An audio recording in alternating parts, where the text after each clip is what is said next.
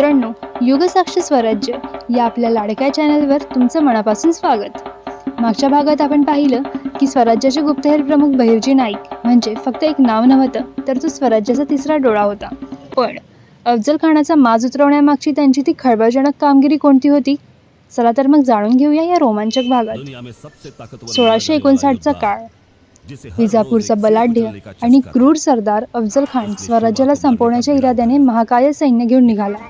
वाटेत त्याने तुळजापूर आणि पंढरपूरची मंदिरे उद्ध्वस्त केली. स्वराज्यावर एक भयंकर संकट घोघावत होतं. अशा वेळी छत्रपती शिवाजी महाराजांनी आपल्या या सर्वात विश्वासू आणि चतुर गुप्तहेराला पाचारण केलं. बहिर्जींनी क्षणाचाही विलंब न लावता फकीरचा वेश धारण केला आणि ते थेट अफजल खानाच्या वाई येथील छावणीत घुसले. हजारो मुघल सैनिकांच्या गराड्यात वावरताना त्यांच्या छातीवरचं काळीज मात्र अजिबात डगमगलं नाही. त्यांनी फक्त माहितीच मिळवली नाही, तर खानाच्या गुप्त हालचाली, त्याचे शस्त्रसाठे आणि त्याची कपटी रणनीती अगदी अचूकपणे टिपली. छावणीत राहून बहिर्जींनी हेरलं की अफजल खानाचा मुख्य हेतू कपटाने भेटीत महाराजांवर वार करणे हा आहे.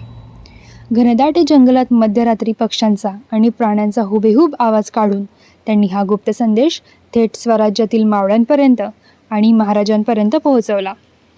बहिर्जींच्या या अचूक माहितीमुळेच महाराजांना अफजल खानाच्या कपटी युद्धाची पूर्वकल्पना आली आणि त्यांनी प्रतापगडावर योग्य ती रणनीती आखली. बहिर्जींनी आणलेली बातमी ही खरोखरच काळ्या दगडावरची रेघ ठरली आणि अफजल खानाचा पुरता खात्मा झाला. पण मित्रांनो, बहिर्जी नाईकांच्या या गुप्तहेराच्या जाळ्याची आणि शौर्याची कथा इथेच संपत नाही. स्वराज्यावरील सर्वात मोठे संकट म्हणजेच छत्रपती शिवाजी महाराजांची आग्र्यावरून सुटका. या अत्यंत धाडसी आणि थरारक मोहिमेत बहिर्जी आणि त्यांच्या गुप्तहेरांनी कोणती अद्भुत रणनीती आखली होती, हे आपण पाहणार आहोत पुढच्या म्हणजे तिसऱ्या भागात. असाच अंगावर शहारे आणणारा रोमांचक इतिहास पाहण्यासाठी युगसाक्षी स्वराज्य चॅनलला सबस्क्राईब करायला विसरू नका.